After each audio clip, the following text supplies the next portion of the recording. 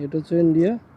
আমরা আছি এখানে, মানে খুবই, এটা দেখেন হাইওয়ে, হ্যাঁ ইন্ডিয়া মানে এই পার ওপার এরকম। একবার কাছে। তার মানে আমরা আছি এখন বাংলাদেশ, ওই পারে হচ্ছে ইন্ডিয়া। চলেন আমরা ইন্ডিয়া চলে যাই। ইন্ডিয়া চলে গেলে এই যে দাগে পা দিমু ঠুস গুলি। দাগে পাড়া দিলেই গলি। ক্যামেরাতে তেমন একটা বোঝা যেতেছে কিনা জানি না, বাট অনেক সুন্দর লাগতেছে। আর এই পাশে কৃত্রিম, এটা একটা কাবাব এক্সপ্রেস, এটা একটা রিসোর্ট ছোটখাটো প্লাস রেস্টুরেন্ট।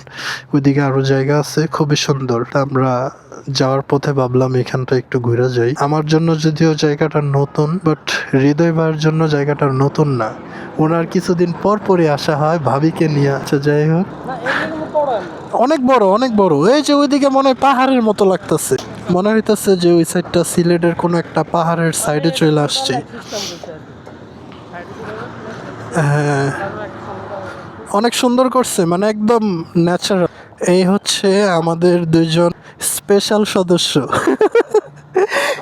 বাট ব্যাগটা বানছি কেমনে, যা পাইছি তা দিয়ে।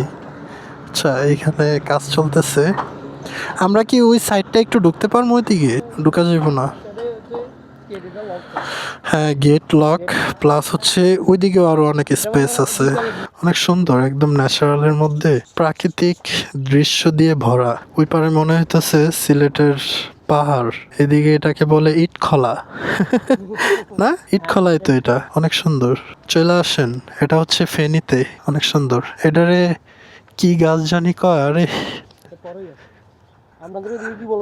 না এটা করই গাছ না তো, সাজনা। এটা সাজনা গাছ। এই যে সাজনা, আমি আবার গাছ চিনি ভালো। এটা না, এটাও সাজনা। না না না, এটা সাজনা না, এটার পাতা একটু বড় বাট সুন্দর। জায়েদ ভাই মিস করতেছি আপনাকে, চলে আসবেন নেক্সট ডে আপনার বিয়াতে। হ্যাঁ এখানে এসে আড্ডা দিব রাতে।